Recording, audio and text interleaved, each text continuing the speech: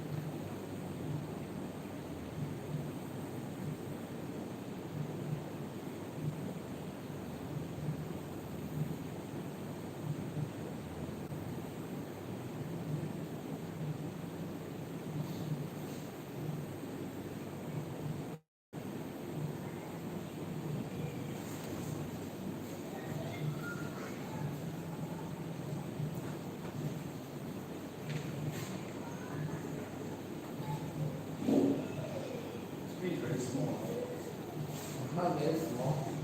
How come? Oh yeah. Oh, you must get to zoom like that.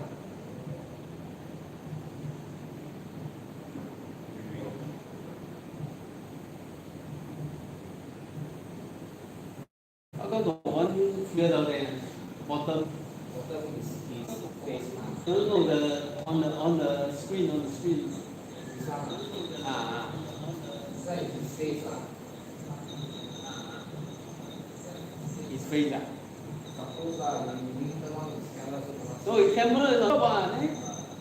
Oh yeah, what is this face there? The bottom. This one is good. You must the bottom. So you must the bottom.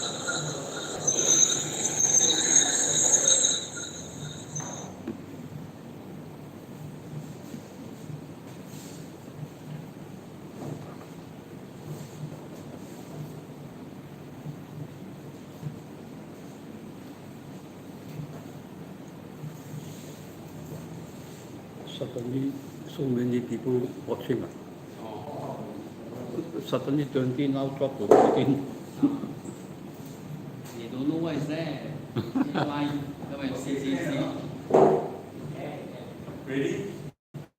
Yeah. Impact.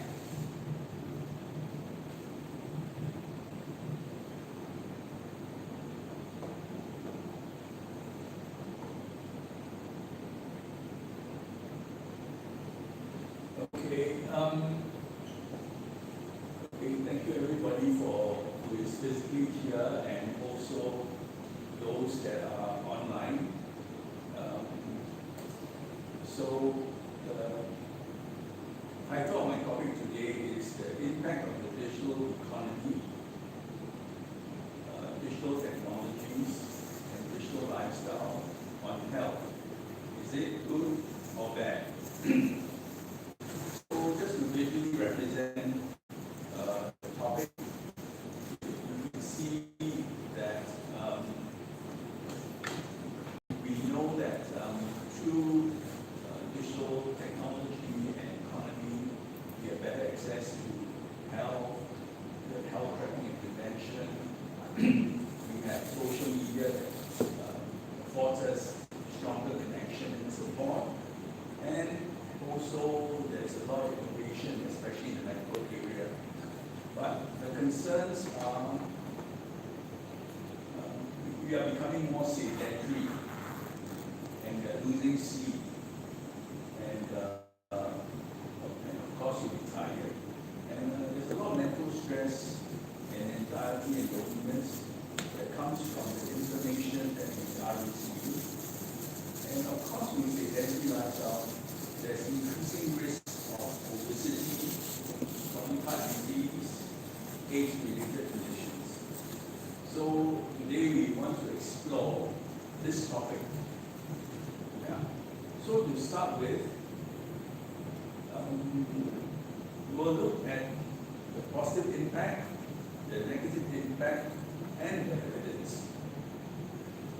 So what are the positive impact?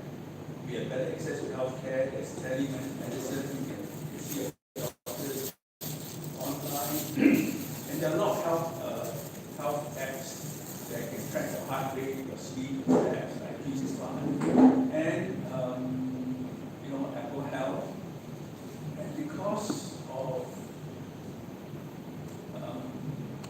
information, as well as apps and nutritional advice and health routines and wearables, which is Internet of Things, there's increasing health awareness.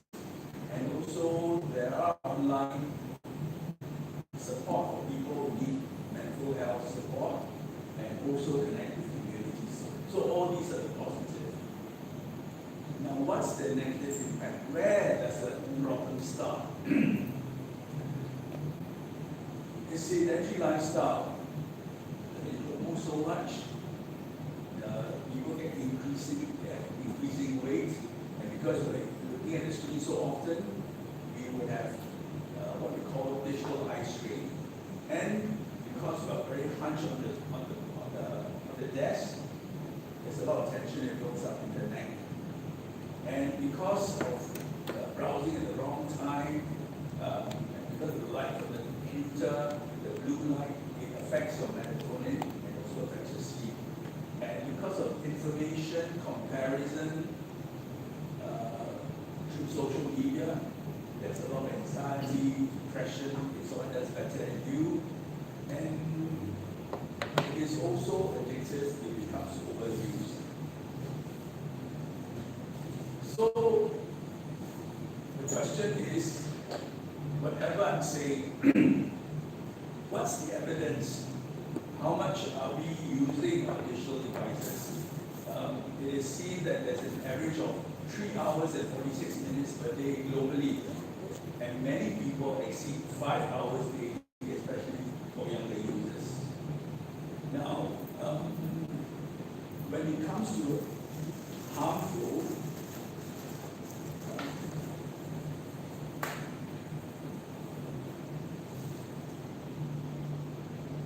there's first of all the screen time.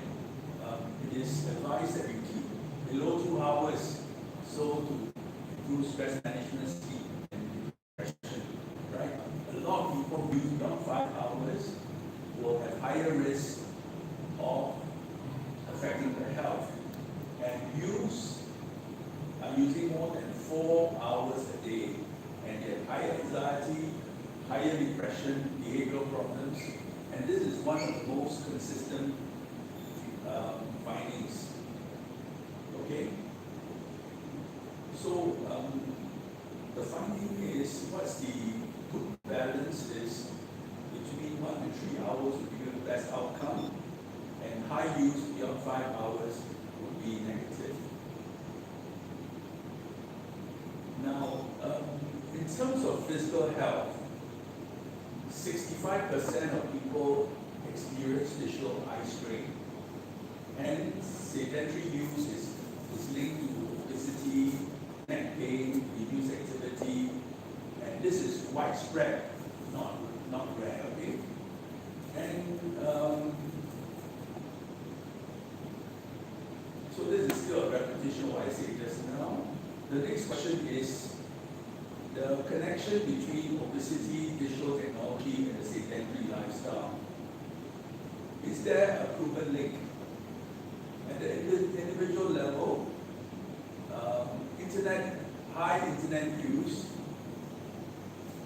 lead to a 45% higher chance of being overweight. Every extra use of internet leads to 8% increase in overweight and obesity. And in adolescent, 3 hours per day of digital use will lead to higher BMI and obesity risk. Now, screen time means less movement, and also linked to poor sleep and further weight gain. Now, the sedentary lifestyle is a key driver. Obesity is driven by low physical activity, sedentary work lifestyle. Okay, digital technology contribute by replacing physical activities and increasing sitting time, especially even going for your meal, you don't even have to walk to your hawker center, you just do a Grab. Now, what do the global trends show? Obesity, and I'm talking about obesity now. Obesity is rising worldwide. It has doubled since 1990 and four times increased in use. This rise overlaps with the explosion of smartphone, internet, and digital media. Now, now we do a comparison between three profiles.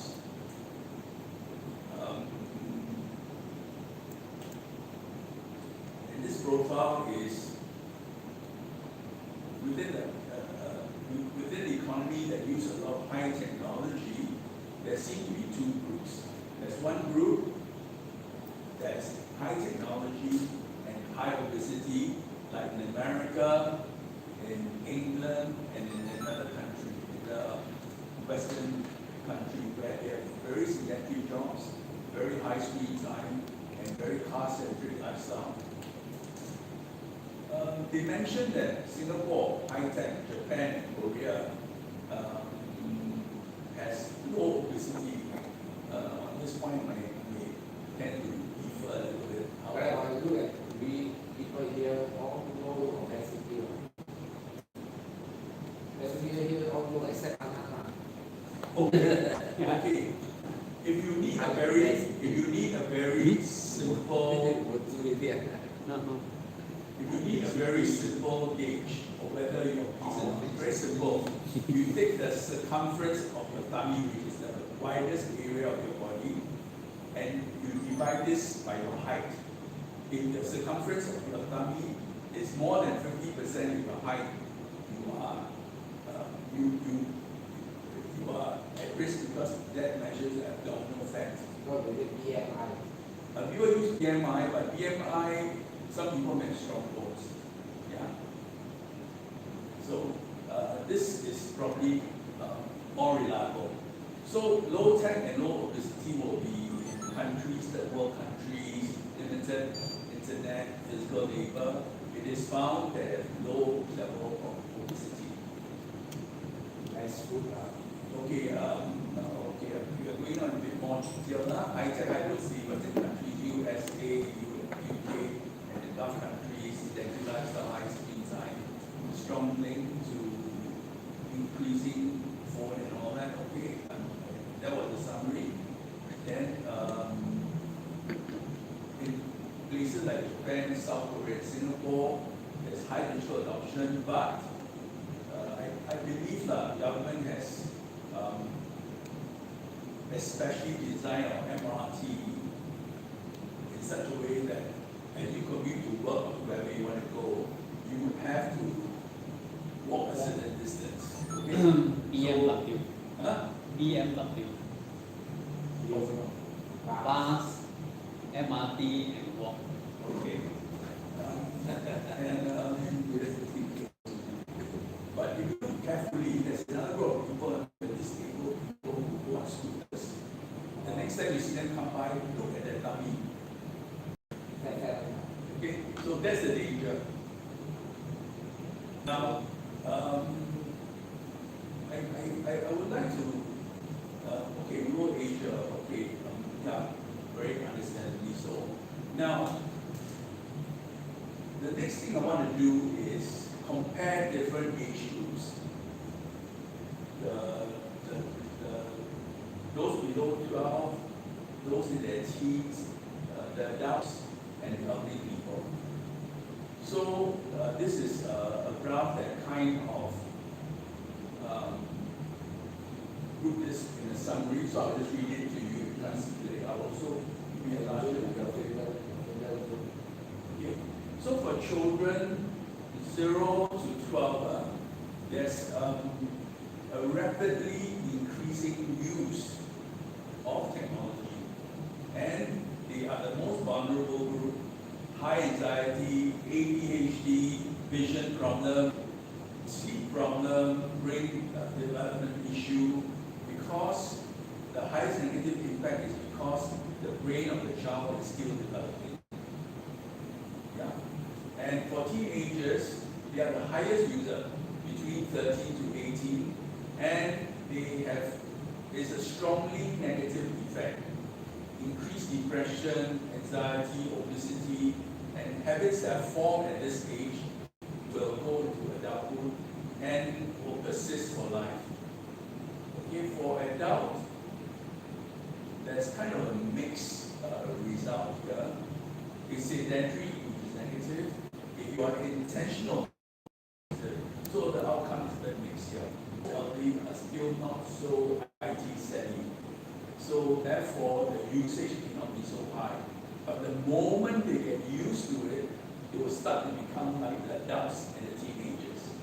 And later on, I'm going to show you what are the concerns for this age group, because many of us here are in that age group, all of us.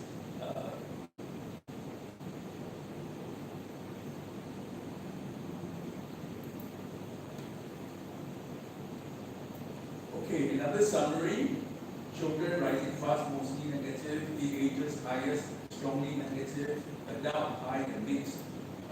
Older adults growing and mostly positive as of now. Now I zero on to older adults. Do older adults become more sedentary with more frequent digital use? Okay. The first thing to observe about older adults is they are already spending 8 to 12 hours a day very sedentary, 80% of the waking time. And that aging itself is a natural decline in movement. So digital tech can reinforce this.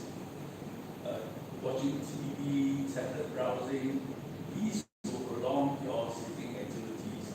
And technology will add more sedentary time to already very sedentary.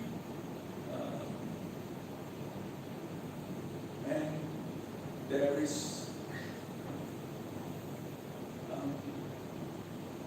okay, for the elderly, one of the biggest danger is the problem of losing muscle mass. Okay, older adults with high sedentary screen use have 70 to 75% higher odds of probable sarcopenia, which is a loss of muscle mass, and even relatively modest threshold matter. 2 hours a day of TV, higher sarcopenia risk. Okay, risk of sarcopenia is 40% overall, and this effect persists even after adjusting for physical activity. So sitting too much is harmful even if you exercise. Okay? Now what is the compounding danger? If a person already has sarcopenia and has sedentary digital lifestyle, it will, of course, sarcopenia causes loss of muscle mass, loss of strength, lower movement, and sedentary tech use will have less muscle stimulation, faster muscle loss, reduced mobility, and it's a vicious cycle. Less movement, more weakness, more, even less movement. Okay? And functional decline and loss of independence. Lower muscle strength leads to difficulty in walking, standing, climbing stairs, and study has shown high TV viewing above 6 hours per day leads to lower grip strength. And this directly affects the ability to live independently and fall risk. And sedentary lifestyle and aging increase the risk of cardiovascular disease, type 2 diabetes, and frailty. These risks act together, not separately. Now, cognitive risk, type of the way you use your digital media matters. If you are passively watching TV, that's bad. And it's linked to worse cognitive outcome, dementia, risk patterns. Mentally active digital use can be protected. So it's a question of what are you looking at the screen? Is it engaging you mentally or is it passive viewing? Okay, this is a very good summary of the elderly sedentary lifestyle. Let's look at it for you. Sedentary digital lifestyle, prolonged sitting, endless scrolling, tablet, phone use,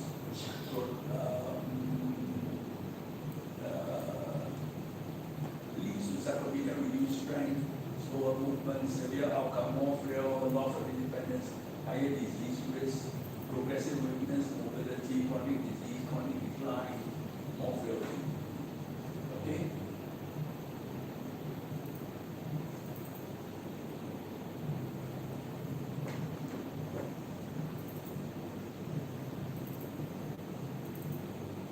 Now, that I shared with you some of the facts already. Now I'm going to look at, I'm just looking at the digital lifestyle, right? But how this digital lifestyle map into the digital economy. Okay? Now, in the digital economy, it's characterized by gig work. That means you can work anywhere, work anytime, and therefore irregular hours, poor sleep and stress. And then you can eat anytime. You can call Grab anytime. And also more easy access to unhealthy food. E-commerce, you don't have to go to the shop to buy things. You can buy in the comfort of your home. So the more sedentary lifestyle living that is designed with daily life, the diet change, and you add that to very stressed at work, even more harmful. So in US can build up to Okay. 500 pounds. And then digital technologies are enabler. Okay. Now look at the tools themselves. AI diagnostic will lead to earlier disease detection. The wearables that you have may inform you of your potential heart attack about a month before it happens, right? So that's a good side of it, okay? And but also automation.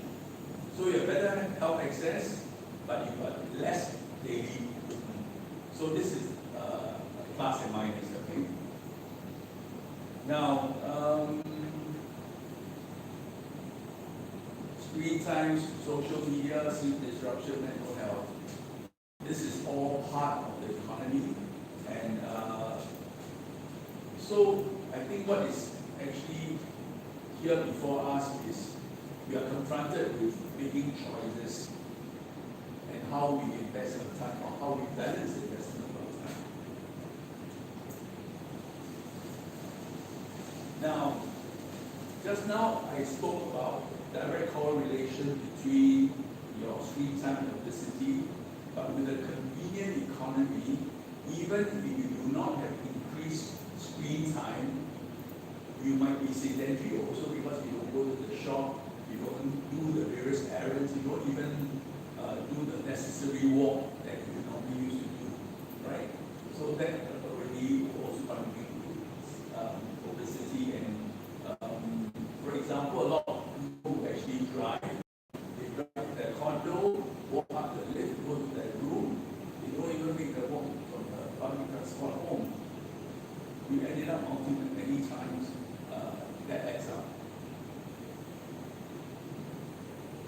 Okay, so the system make it easy, so it becomes like you're more inclined to take the easier option, right? You will take the lift, not the stairs, right?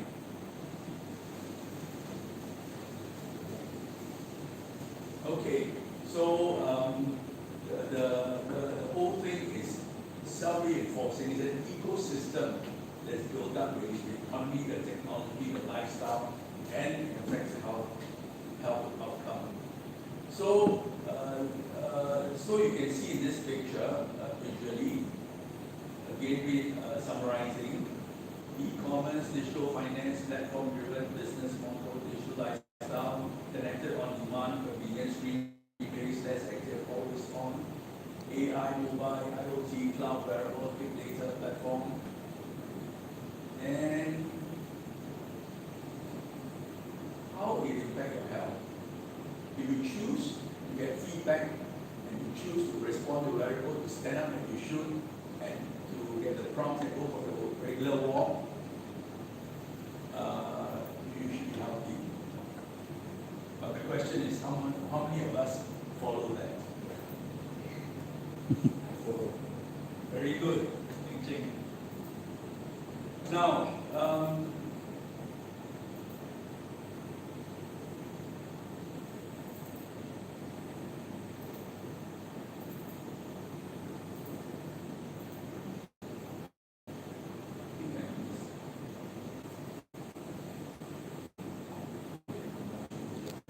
okay, so another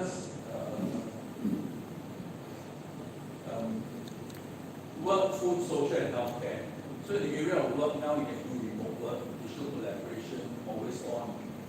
No. Last time, for some people, they work in banks, foreign exchange, they work maybe slightly beyond the 20 hours. Now with always on, it's 24 hours. There's no change. There's no day, no night. Okay? And then the key thing about food is now there's NTUC food delivery, grocery delivery, restaurant delivery, and a lot of it is convenient processed food. Okay? And social media, gaming especially, streaming, and yet at the final bit is healthcare, which is supposed to help you a little bit. So this is all a bit repetitive. Now, let me just at this point summarize a little bit. The digital economy and technologies are not inherently good or bad. They are powerful forces that shape how we live, work, and move. The impact on our health depends on whether they promote convenience at the expense of activity or enable healthier choice. We often blame screen time, but the deeper issue is how the digital economy is redesigning our lives, making unhealthy choices easier and healthier ones harder. Now, after I tell you all this and all these statistics, it looks like an intellectual discussion. But what I want to do next is relate that to how your body, how you are made biologically, and how the sedentary lifestyle affects us physiologically, and how stress, because most of the time we will think that is an easier way out, right? But if you understand how your body works, you realize that by sitting down all the time, what you are doing to your body. Because very often we only know that when we have a heart problem or some issue. So this is the next part I'm going to show you. The first thing I want to share with you, I'm going to start a little bit anyway. Many of the people, the elderly people, will first notice the moment you lose the mobility of your legs, right? It changes your life. You cannot move around. Of course, there are automated people and all that, but let's look at how the sedentary lifestyle actually affect our body. Okay? So this is experiment, or this is a study that was done in the University of Copenhagen. And what they did was they had 30-year-old, very young people. And what they did was they immobilized their calf muscles. So the calf muscles don't move for 2 weeks. And what they found was that they lose 22 to 34% of the muscle strength and muscle mass.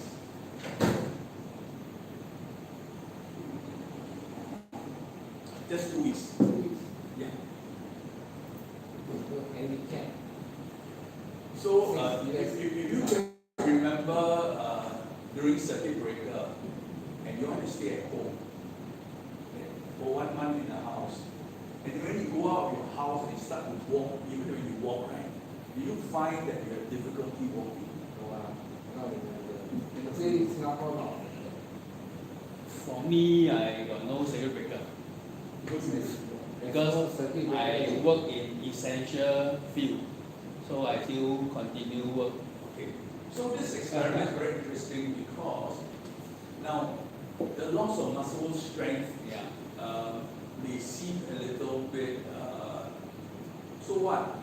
If I lose 22%, right? The thing is, your calf muscle is, you see your blood from your heart goes down to your leg by gravity. Okay? And when your blood needs to return back to your heart, it needs your calf muscle to act as a second heart. So if your leg is not strong, your calf muscle is not strong, then the return flow of the blood will not be as effective or efficient. So imagine blood flowing 100%, returning about 78, 60 over percent. Doesn't work. Doesn't work, right? No, physically it's not possible. Yeah. So what happens is there's a pooling of your blood in your legs. We have more and more extra blood on top of it. Yeah. So it happens progressively over time. Okay. So but you can see the mismatch already. You must be 100% in, 100% out. Otherwise, you no more blood in the body.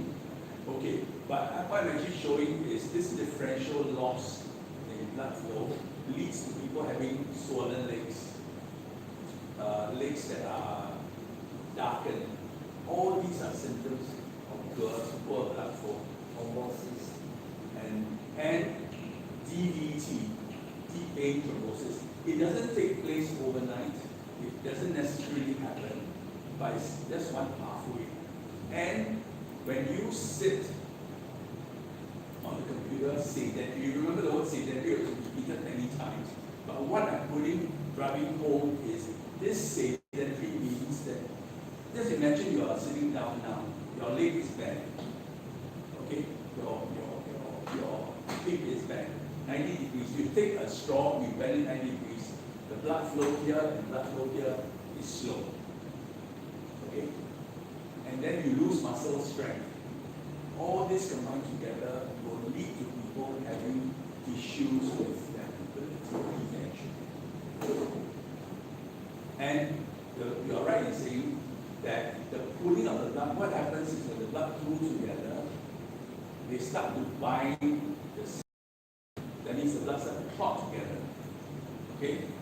And your veins are bigger. Okay? But as it goes up, especially your eyes and your brain, are very fine, and your lungs. So it's a perfect storm waiting to happen.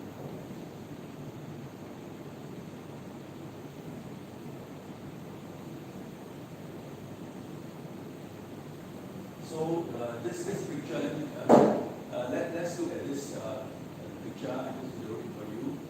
This is the University of Copenhagen. The normal legs, strong muscle, high strength, high muscle strength. 2 weeks of immobilization, the muscle comes weaker, okay, and weakness, frailty, last movement, okay, and the sources is all quoted below. Your one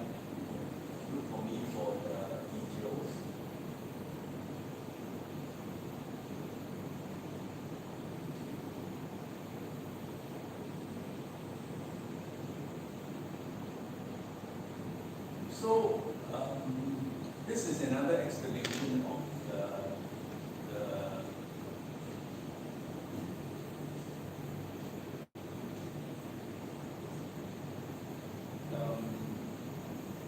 of how the loss of muscle strength can lead to clots in the lungs and in the brain. And a lot of people, when they have stroke, it's always in the brain because the blood vessels in the brain is very fine. Okay. So why am I sharing you this alarming fact is to create awareness why you should be very intentional about mobility. But let me show you another thing that a lot of people don't understand. Besides blood circulation, which is your legs and everything, okay, there's another circulatory system in your body called the lymphatic system. Are you all aware of the lymphatic system? Who's not familiar with the lymphatic system? Okay, very simple. The idea is your heart pumps the blood so that there is a force going down around, pushing it somewhere. And in part, your calf muscle acts as a second heart, right? But the lymphatic system is also a circulatory system. It's like a sewage system. It's a sewage system. The problem is it doesn't have a heart to help it pump.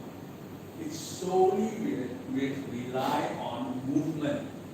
When you don't move, your lymphatic system don't move. So you notice that people who are even bedridden, patient, they will still go to the person and move the legs a little bit. Am I right to say that? So this lymphatic system, well, what is the lymphatic system? Let me go in for you.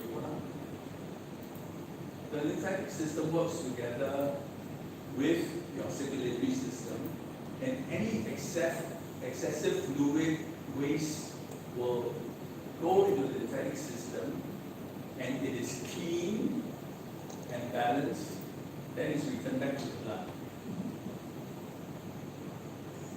Can you see it? Okay. So the key pathway, right? These are lymphatic capillaries, very much like the vein with little valves inside, and excessive protein, waste pathogen. And the lymphatic system is also your immune system, like your thymus, like your android, and your spleen, okay, and even your stem cells. A lot of people now are very excited about stem cell therapy, but if your lymphatic system is not circulating properly, how can your stem cells go to the other part of your body? Okay.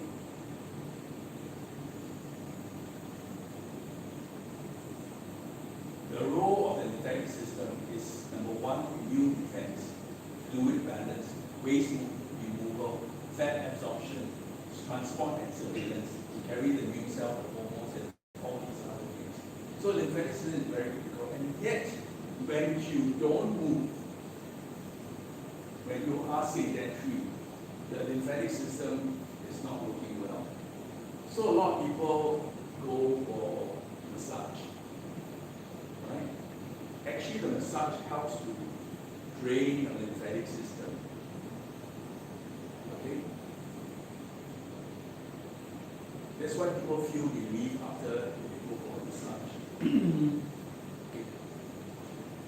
But how often can you go massage? Expensive, right? So the key, Go to HDB or look at STD.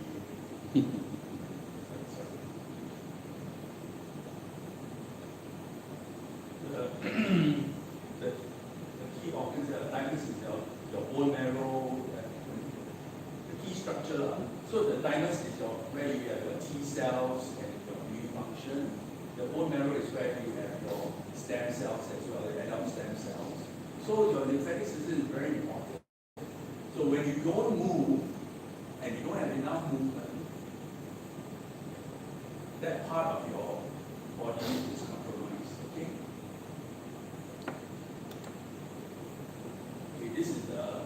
why movement is essential. The lymphatic system has no power of its own. It relies on external force to keep the lymph moving. Your skeletal muscles, contraction, your breathing movement, your arterial pulsation, your body movement and change in posture. All this is related to your movement. Regular movement equals immune system strong. You realize now, not moving can affect your immune system. Okay? I think we are driving into something very interesting. Okay? And how lack of activity and movement affect the lymph flow. Prolonged activity, reduced muscle contraction, slow lymph flow, fluid stagnation, congestion, and immune burden. Okay? And what are the consequences? Swelling, immune system, chronic inflammation, fatigue, poor detoxification, high risk of chronic disease. Okay? I think this is probably, in my opinion, something that I recently discovered myself. And so I'm very excited to share with you all that many of us don't realize that. We always talk about good blood circulation, but we often don't realize good lymphatic circulation is very important. And only through physical movement you can do that. So this covers the issue of what sedentary lifestyle can affect our health.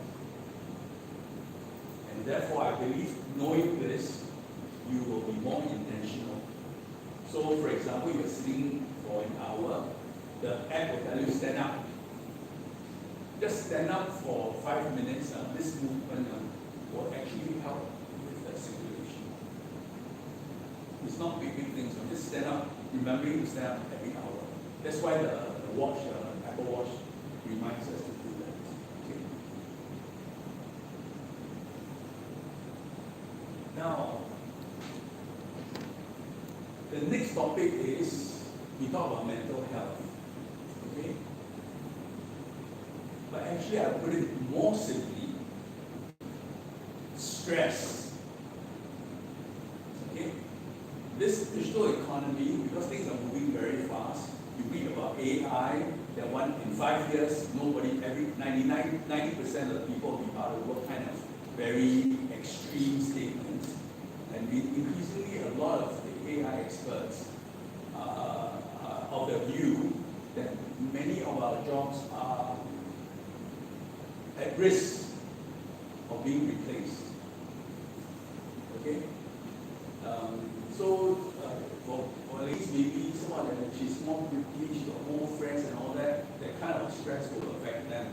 But our very existence, our very relevance to the economy is currently being threatened by this digital economy.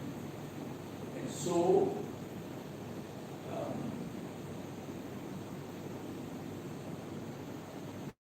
many of us are under stress.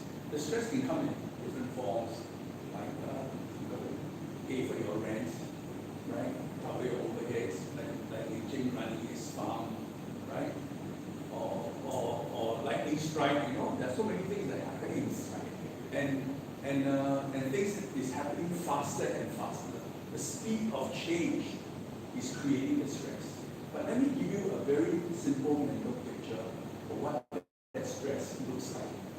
Imagine you enter a dark room, and in this dark room there are no switches.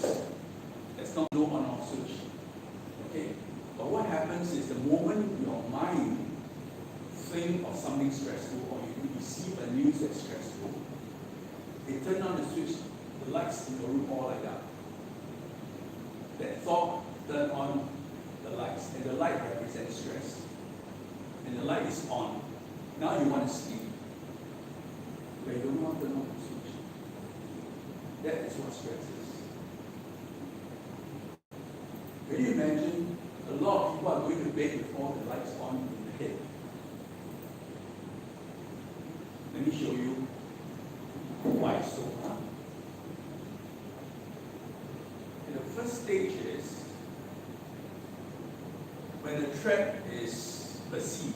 work pressure, financial worry, relationship, chronic illness, traffic jam, exam. The brain, something triggers your amygdala. And this amygdala will do two things.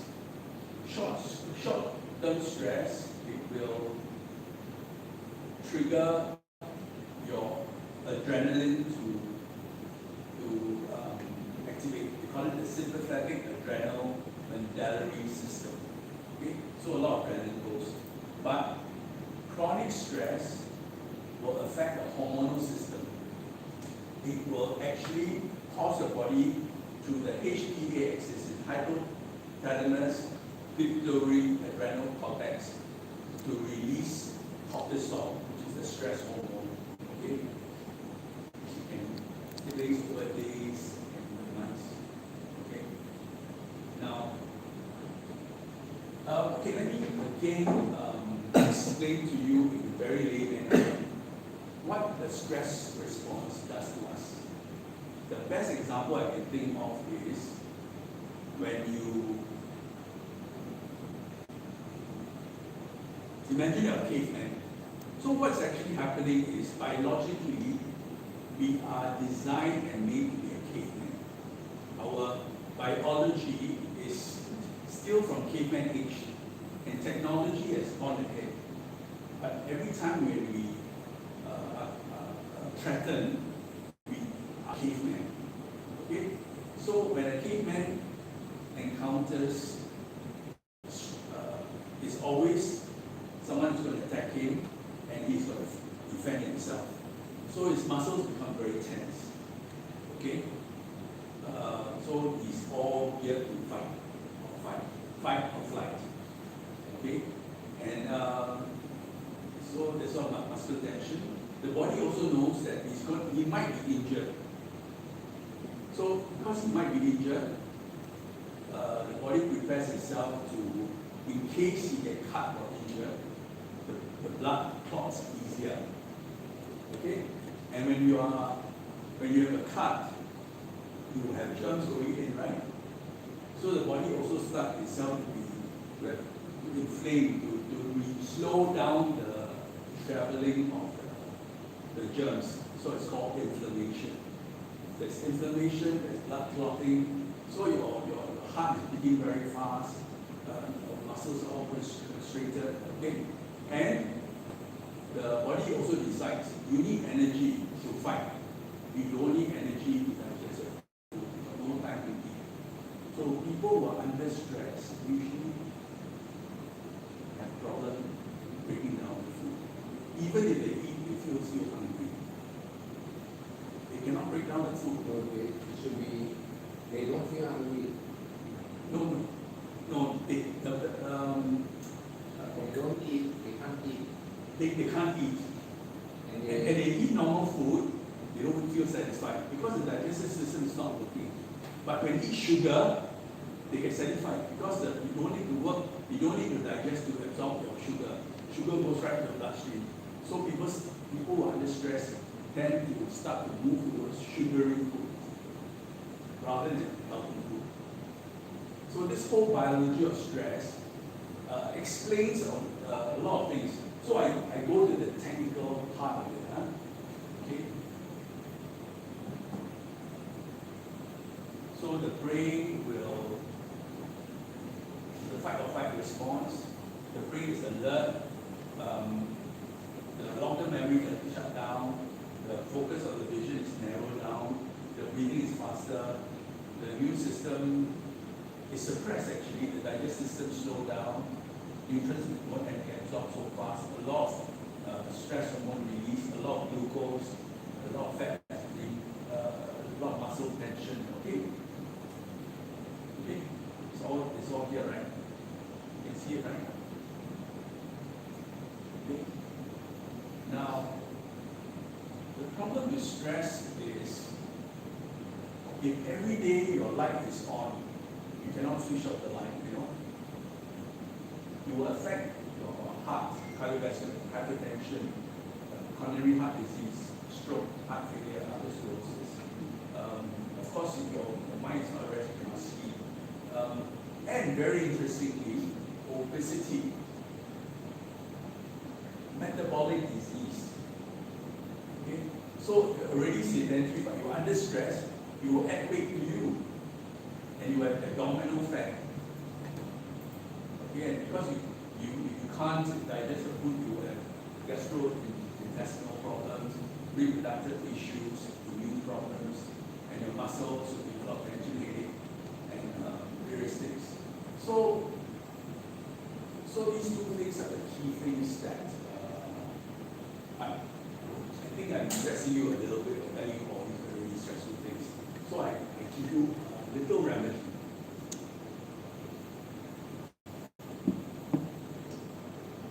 Stress is triggers a sympathetic system, the autonomous nervous system, okay? Involuntarily. So the way to shut off the stress, one way, is to take slow, deep breath. And how you take this slow, deep breath is, your in-breath must be less, lower count than out-breath. So you're breathing, let's say you're breathing 5. Your out-breath should be at least 6 or 8. This will involuntarily help you shut off the stress system. Hopefully, okay? So that's one good takeaway I like to give you. So, I think in summary, without technology, we can be sedentary, we can be highly stressed. But with technology, with the digital economy, with the digital lifestyle, convenience, it makes us more sedentary, it makes us more stressed. So in order for you to take advantage of the progress in AI in the area of health, and to stay alive until the new discoveries catch up, we have to keep moving. That's the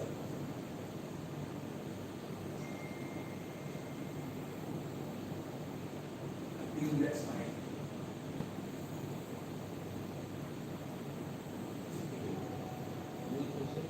any questions?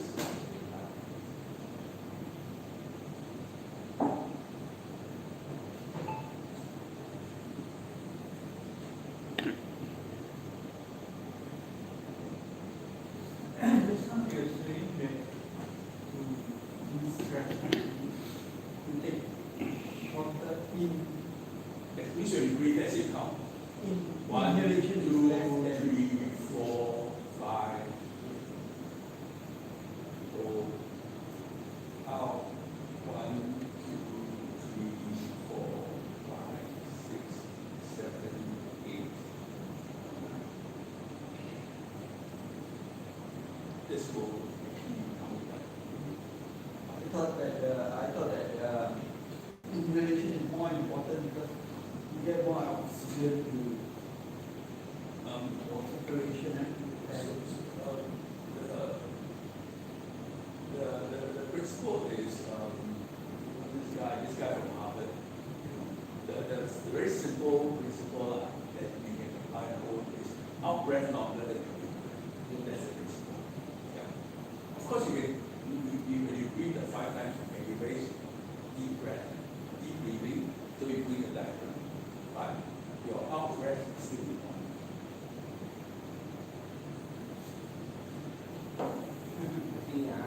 Anyhow also can. As long as you concentrate on your breathing, you forget about everything else. Okay, that's called mindfulness, which is also important because a lot. The thing about our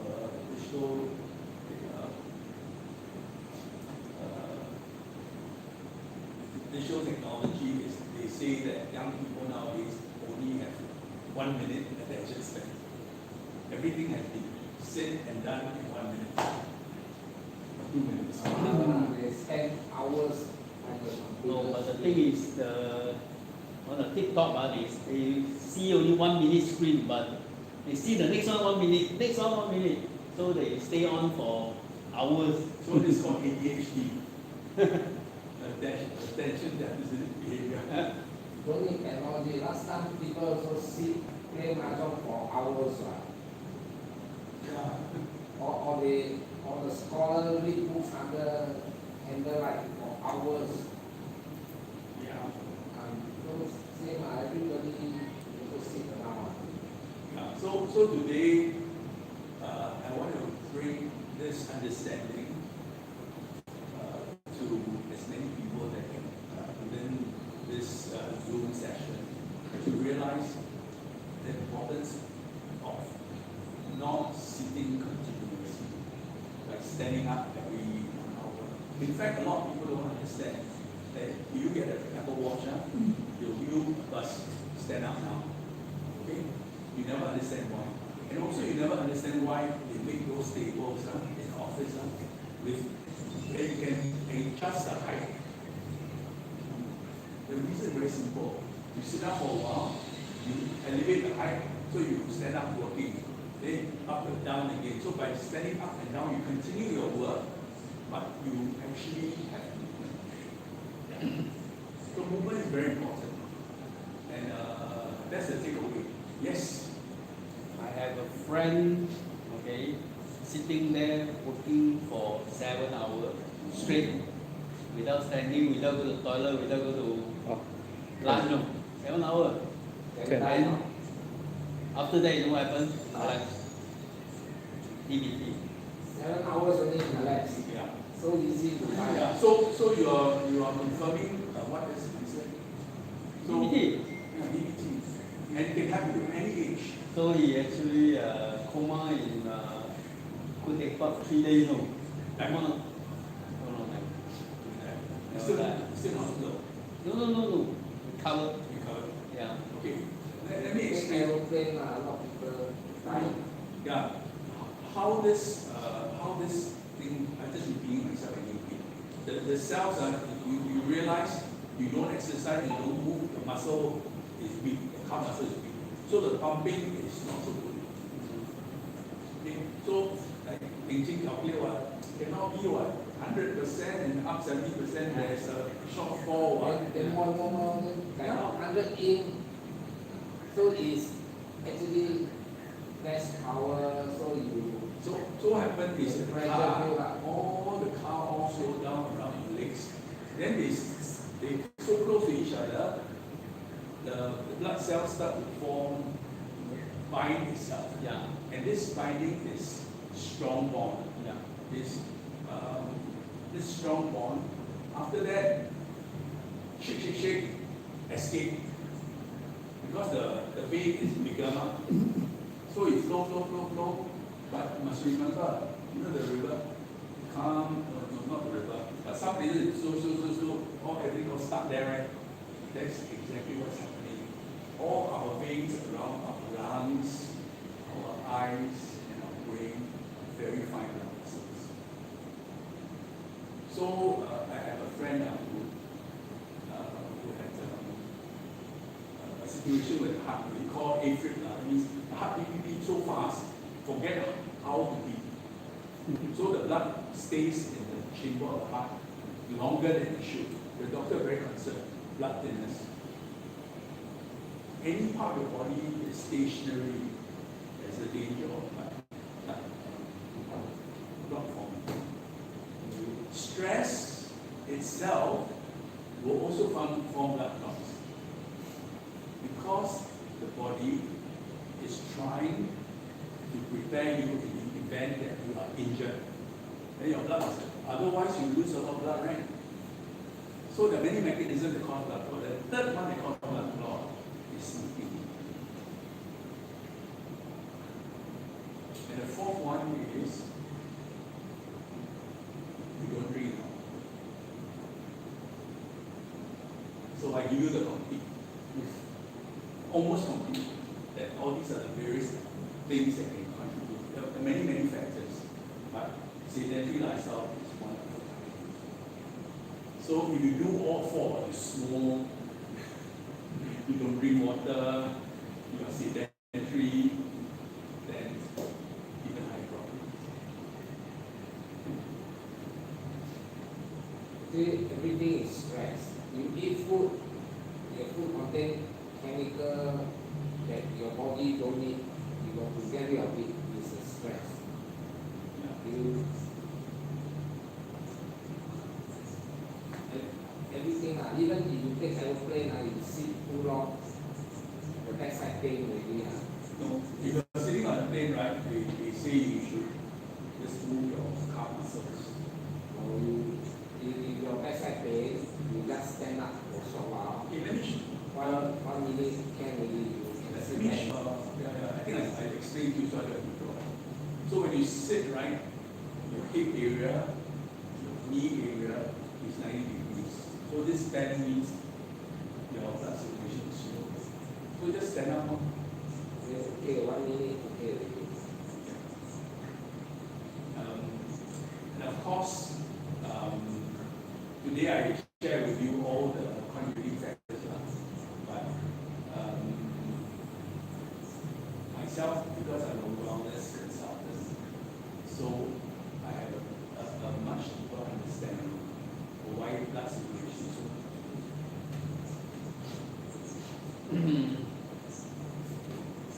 But now the government is stopping all the massage parlor in the HDB area. So you need to walk down there. Stay at home. No massage. No, because the thing people think that massage is good, but massage got disease, STD. What's that to do with I mentioned massage only in passing to explain why it is effective. But the whole idea behind it is you've got to move. You see? in massage where they move? You move the No, flow of No, the. what I mean is when you go for a walk and you move your body, you stretch your body, it's as if you're giving your body a good massage. So I mentioned massage in passing to explain why people feel relief after a massage and why many of the problems go away temporarily. Right?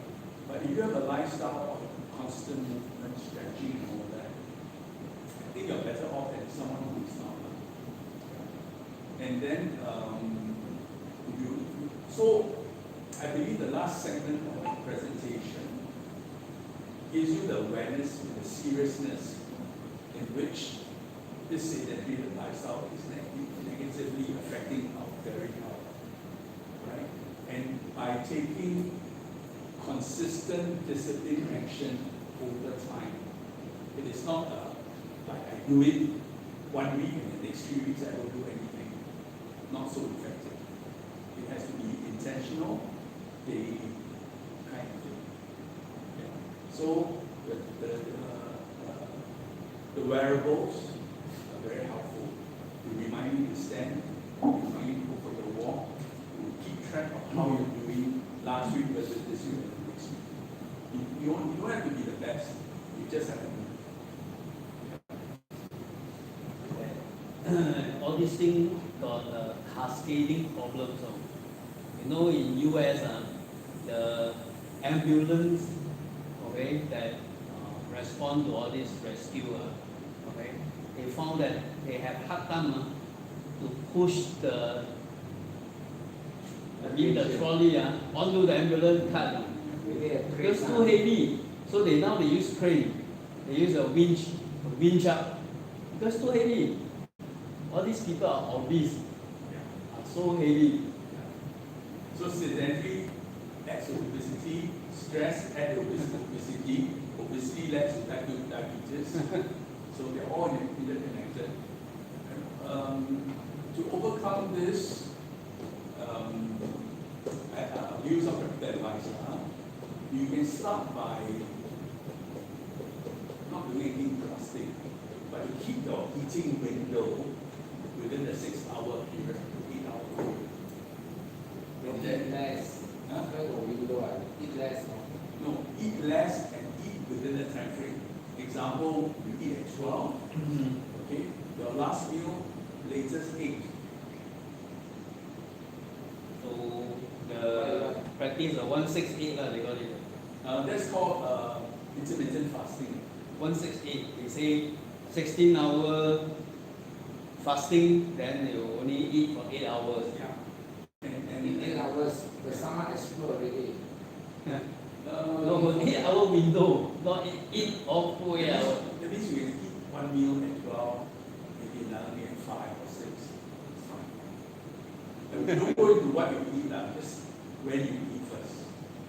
Some people, they only eat morning, eat a lot in the morning, and then that's all, the whole day will eat. Also possible. And then they get dinner and dinner. Yeah.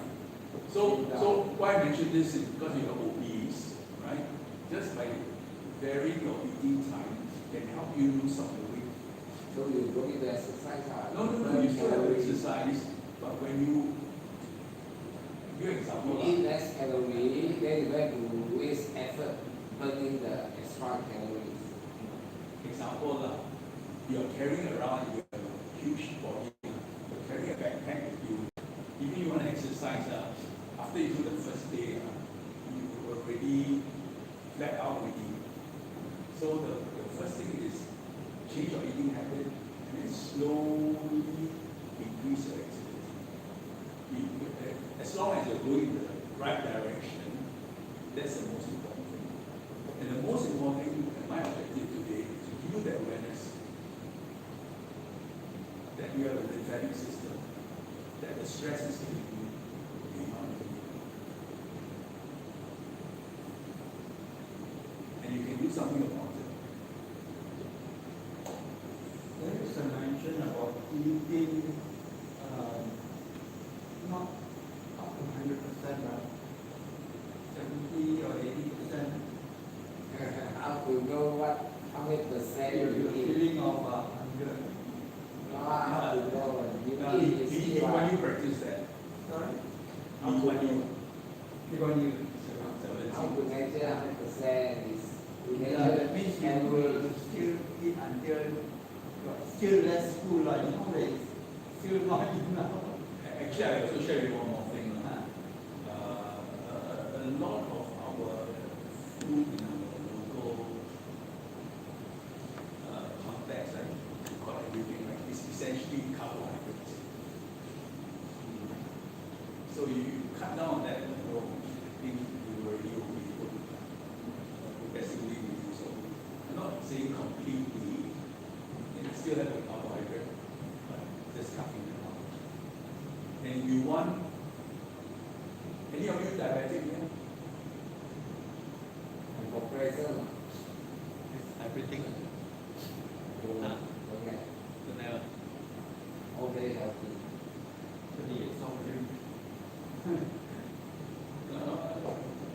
No drink, cookies, eat ozone, all very I healthy. give you a very simple diet if you want to follow. Take sardines and vegetables. Okay, what? Sardines and vegetables. Sardine, it's a fish that Small fish. Yeah, suddenly processed food. No, sardines. yes, it's a processed food. All food are processed food. Then you will put chemical to preserve it. Yeah, definitely. No, Not okay. food. Sardines in olive oil, extra virgin olive oil. Leg of virgin oil. You could eat sardines and extra virgin oil. The first thing is, you say about contaminant and all that. The bigger the fish, the more the mercury. So sardines is the smallest fish you can ever find. Fresh sardine or canned sardine. You can get fresh sardine by all means, but most of us can't get fresh Can't get. sardines. No, you buy that, you buy tilapia or real fish from me. That's Yeah. So the whole idea is small fish and wild caught. That means it is the ocean. I know. Eating rubbish in the wild. Wild caught in the Scottish coast. So someone safer. Now the Yeah, I would go to The this. ocean is full of microplastic. There's another contamination. The ocean is Fish. also rubbish. So we go on the idea that if it spends a lot less time than a huge 500 kg tuna, Yeah. it's probably has got less amount of injury. So lesser of the evil. Yeah. The reason why I mentioned sardines and vegetable is because they work synergistically together in helping you, especially elderly people who have who start to lose muscle mass anyway. Actually, once you pass 60, you will lose about 3% of muscle mass every year. And the problem is, I didn't tell you the other part, at least it's ended, every go online already. No, still online. Still online. Okay. The same study they found is that it took them 2 weeks to lose 22 to 34%. You need 3 times the amount of time of progressive resistant exercise to regain most of what the muscle has lost. So what actually happened in our life is we have a period where we hospitalized, we lose muscle mass, but we never gain back the strength of that muscle. So overall we become more and more frail because of that. So the principle of building back the muscle is like go to gym, right? You can instead of push 10 kg, you must increase it by 2 kg, 2 kg, 2 kg. Then your muscle will respond. You know. So a lot of people don't even understand this basic principle. So many of people who lose muscle mass don't gain it back. Yes. After MS, we lose muscle mass. But I think today, whatever age you are, is very intentional. But you must understand what's against you the moment you are past 60.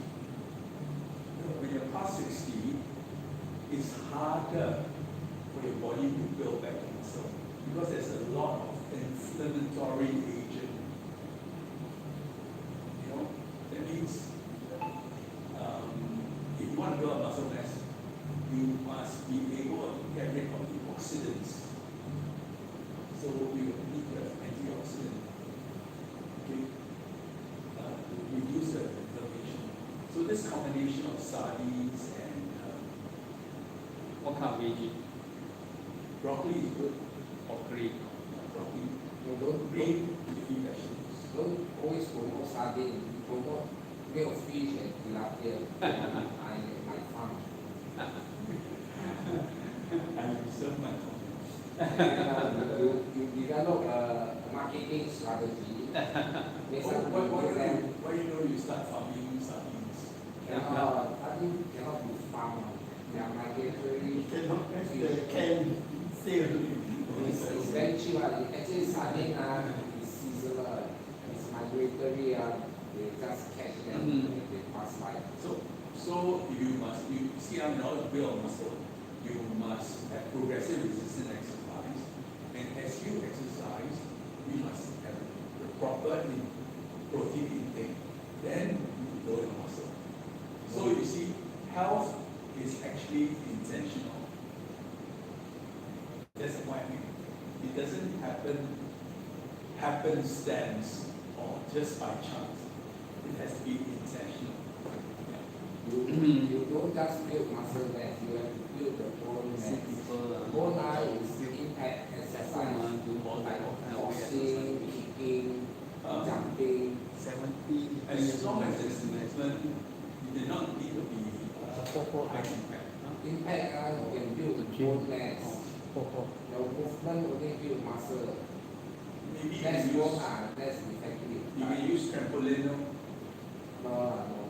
Impact must have impact. Because impact also will affect the joints. Don't impact you lie until broken. So trampoline is something that's impact. That's why they have this trampoline when you jump. Only when you impact is rubber No. jump up It's down. impact. It's impact without the reaction, Yeah. without the impulse, excessive impulsive force that a person's body weight will give. You punch the wall up, kick, boxing, Thai boxing, it's like, wow, then you see the bone very hard. Maybe supposedly you have to go out all the way to Is there a possibility of too much sardines. It's like hit the wall. Some say that uric acid, because fish have protein, uric acid, but there's a doctor that debunked it. He says that it's not true. The amount of sardines you take will not give you the amount of water. That means instead of taking meat, change to. In fact, this sardine vegetable combination also help people who are diabetic to overcome their insulin resistance. People are diabetic because of insulin resistance, which means that the body is no longer sensitive to the signaling from of insulin, so it doesn't store the sugar properly. So by cutting away carbohydrates and by building up the amount of ketones, it makes your body more sensitive to insulin. So I'm suggesting you something very simple, very affordable, and yet has got high impact. So you don't really need to have a lot of money to be healthy. You need to have knowledge, the right knowledge. Thailand, the sardine they use tilapia. They put tilapia instead of sardine. No, it's not mince, it's full. You see the fish itself. Any more questions? Onions and garlic. Everything eat lah. Onion powder is good for because garlic is anti-inflammatory and also antibacterial, antiviral, antifungal. So, but they say what you need to do is you rinse the garlic and let it stand for about 10 minutes before you heat it. And you should eat it raw, not excessively processed. Again, the garlic, it will go in the ground, and no insect or worm it is effective because it's poisonous. See, it kills insects. So, and if they can survive in the soil, you try to put your hand in the soil for 1 week, rotten already. But the garlic can stay there for 1 whole year, nothing wrong. So when you eat the garlic, you're actually eating poison. You see, whatever that don't kill you make you stronger. The garlic is poisonous enough to kill insects and bacteria or other fungus, but not strong enough to kill you. So when you eat it, you kill whatever poison, bacteria or any pathogen inside your intestine. You can eat curry also, chili, all this, you see, chili, even rats don't eat the ants don't eat because it's poisonous. No, talking about rats, the recent announcement of the Hanta virus. Why? It's a virus that's carried by rodents. Sound like a Chinese warrior like that. Yeah. Have you ever read about it? Yes. I cannot remember. Yeah, it's in America. Now this time It's started approved. in Wuhan. It started in Germany. So either way, The rodents on the ship. No, they have two on board the ship, came back to Singapore already. Now they are being quarantined in CDC. Quarantine the people or quarantine what? The people. They say it's highly lethal. Yeah. It's highly lethal. Yeah. So far they have not released any information. But in terms of our immunity, yes, I tie back to the talk. Our lymphatic system is actually the conduit of our immunity. So when our lymphatic system is not circulating properly, our immunity won't be very good. And if you're not moving, the immune system is not functioning as well as it should.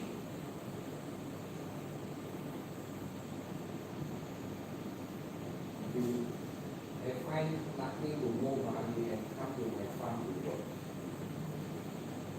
That will keep you moving. Got lightning go out.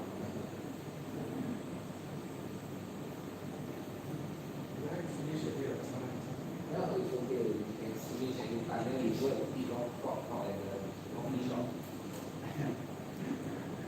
So anything otherwise you can tell them end of talk.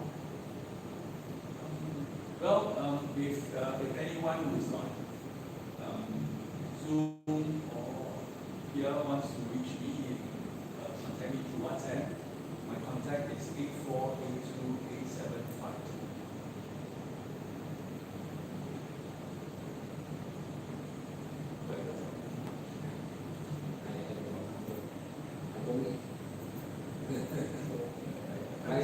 I think you tell them we met when you tell how I know you.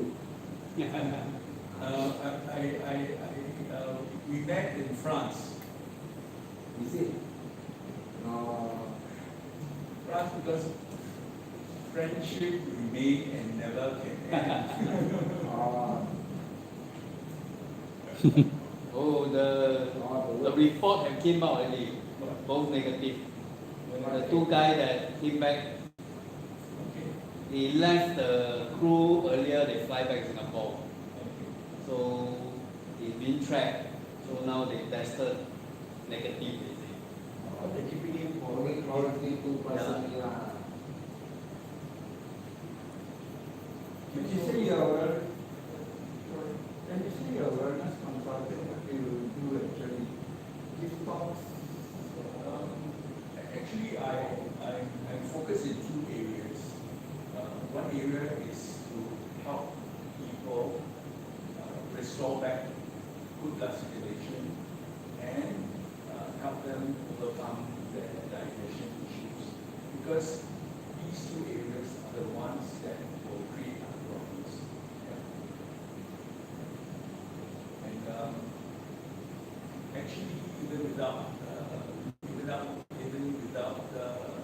digital economy or IT and all that, already a lot of people experience the regular stress, and so many people have issues, gut issues, digestion issues. But by itself, aging is a natural. Actually, according to United Nations, they say they have classified aging as a disease. And it is true, because it used to be that people say arthritis is a disease, but a lot of people having arthritis It's not a disease. Okay, if you define the meaning of disease, because I also asked the nurse why you say heart disease when there's no bacteria, no pathogen, nothing. It's just the body together access things like block or artery or this kind of thing. Arthritis like your body attacking your own body. So it's not a disease. Actually, even in medical science, right, there's always a predominant theory that guides the profession at any time. So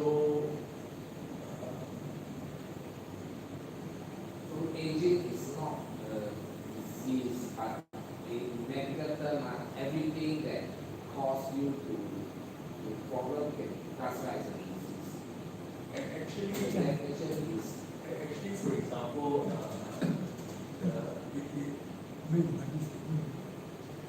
heart problems. yeah, that's why they call it heart disease, but it's not caused by external bacteria. You mean this one? Not true. This one? The doctors only see a one. connection between tooth decay. No, this one more than 10 years already. It's not a new model. 10 years already. Can lead to heart disease. No, now you should buy the DJI. Because the bacteria, right? The DJI. This plant will find its way into Now the DJI, you want to buy the pocket 4, and, 4 generation already. the Much germ better theory than also this is one. wrong. The absence of germs or Now absence you of see, bacteria is not necessary. you are using the handphone, There's such a thing as friendly handphone and the gimbal. The friendly Okay? bacteria Pocket is part 4, of the defense system. In fact, it forms they already about half or have the more gimbal and then the the camera. entire immune mechanism. So a lot of people Very small. Very, very small. Smaller than this one. Yes. You see the gimbal, the camera is smaller than this one. COVID happened, right? You search for DJI Pocket 4. India to some They just extent was launched. affected, but also not so severely affected because they have a habit of drinking sour milk, and the Koreans have a habit of eating fermented kimchi, which is a kind of a probiotic. Because it contains bacteria, Very bacteria that don't kill you, make you stronger. The same like India, they drink cow urine. You go to YouTube. They quote themselves with cow dung against COVID. I mean, You see? increasingly there are a lot of mainstream doctors that are also advocating use of probiotics Huh? as defense. This one, I don't buy this theory. Because whatever bacteria in your gut system is there because of your daily routine.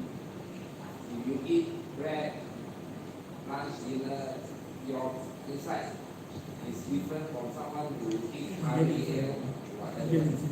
So your gut intestine, your bacteria The inside whole your world. body is really different. And then you You purposely can buy go it to here, take probiotic here. upset the bacteria. It's about Then after a while, cheaper. the food that you eat will bring it back. No. It's, If you see the that. probiotic is so fantastic, then you take one time, it stay in your gut system. Whatever.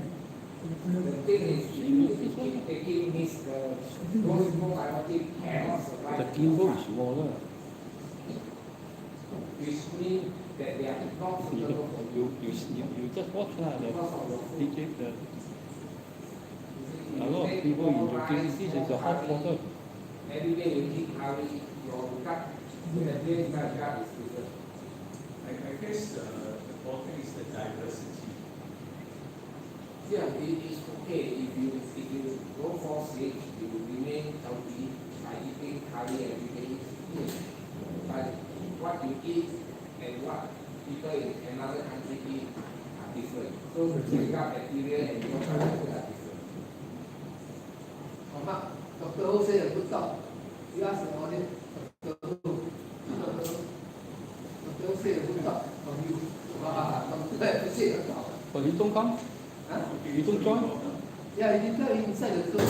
Oh. He support through Zoom.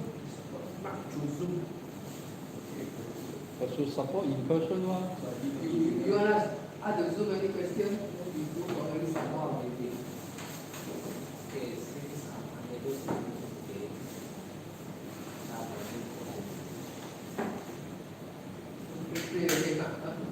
Thank you very much. Thank you.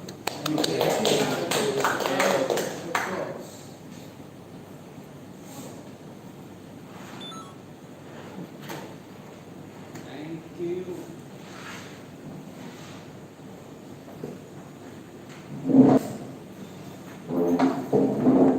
Mark, you maintain your classmate. French classmate. French, so you have a French secondary school, set 2, no. I tell him when in set 2, we started the French class in 6 years. Where your French girlfriend? Unless